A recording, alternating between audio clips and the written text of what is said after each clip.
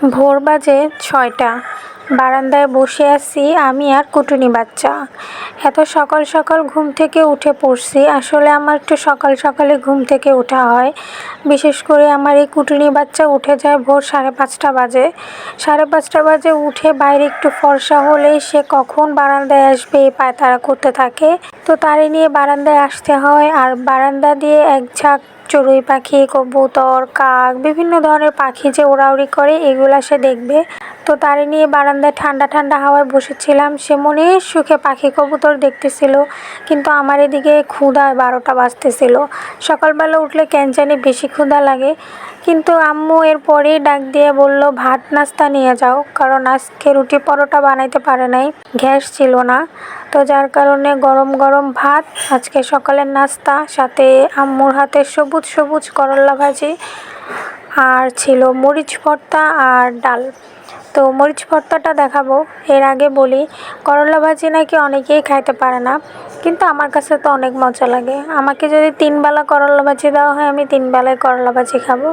অনেক ভাইয়া আর আপুরা দেখি ফেসবুকে বলে করলা ভাজি নাকি অখাদ্যের মতো লাগে। আমার ভাই বোনদের কাছে অখাদ্যের মতো লাগে। আমার কোনো ভাই বোনই, ছোটো ভাই বোনগুলো করলা ভাজি খায় না, কিন্তু আমার কাছে তো অনেক বেশি ভাল লাগে। ছোটোবেলা থেকে আমার করলা ভাজি অনেক বেশি প্রিয়।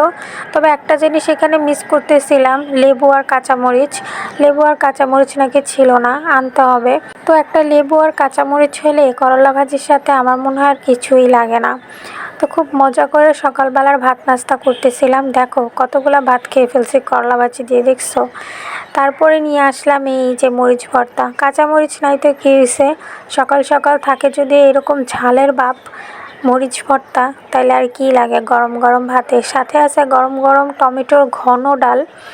আম্মুর হাতের এই ঘন ডালটা আমার কাছে ভাল লাগে। আর এই ঘন ডালটার মধ্যে যদি একটুখানি এরকম ভর্তা নেওয়া হয়, বিশেষ করে এরকম মরিচ ভর্তা ঝাল ঝাল, তাহলে তো কোনো কথাই নাই।